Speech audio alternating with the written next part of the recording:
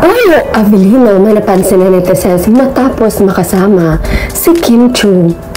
Hindi makapalag si Pao dahil lahat ng galaw nila ni Kim Chiu ay sinubaybayan talaga ng netizens at ng kanilang mga tagahanga. Kung matatandaan ay mag-isang nag-guest si Paolo Avellino sa Rojas Isabela at mayroong napansin ang netizens sa galaw ng aktor sa ad nila. One thing na napansin ko kay Pao is napakaingat niya pag may karelasyon. Siguro kasi ayaw niya magselos ang partner niya.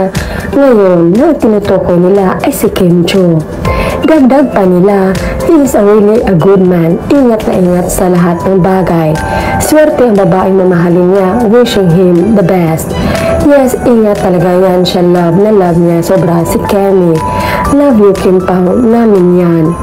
Yes, he is very careful to commit any unintentional mistakes cause he already found the love of his life, which is Kimi.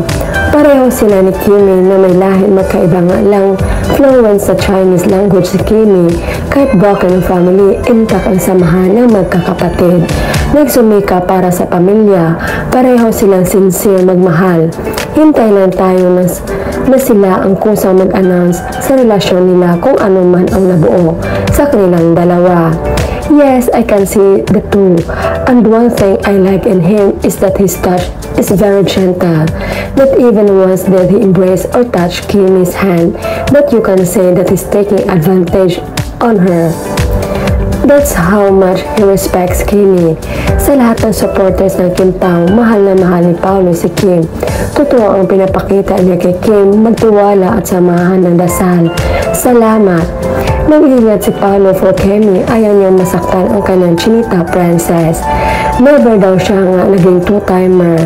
Faithful talaga. That is what we call right breeding and sensitive to loved ones. Keep up, Mr. Paolo. Wala siyang pinaakyat sa stage bakit kasi masakal siya ni Kemi Dapat lang pagmahal mo ang isang tao, ingatan mo kasi sobrang mahal niya ni Pao si Kim. Hindi niya gusto na masaktan ang nag-isang chinita princess niya. He's very contented kasi kayang tingin, hanggang tingin na lang tayo. He loves Kimi so much. Genuine kasi si Pao, gentleman, well-grounded. Love ni Pao mother niya, kaya malaki ang respect niya sa mga babae. Mas lalo na sa Mrs. Kim Chiu Avellino niya. Nire-respeto niya ang partner.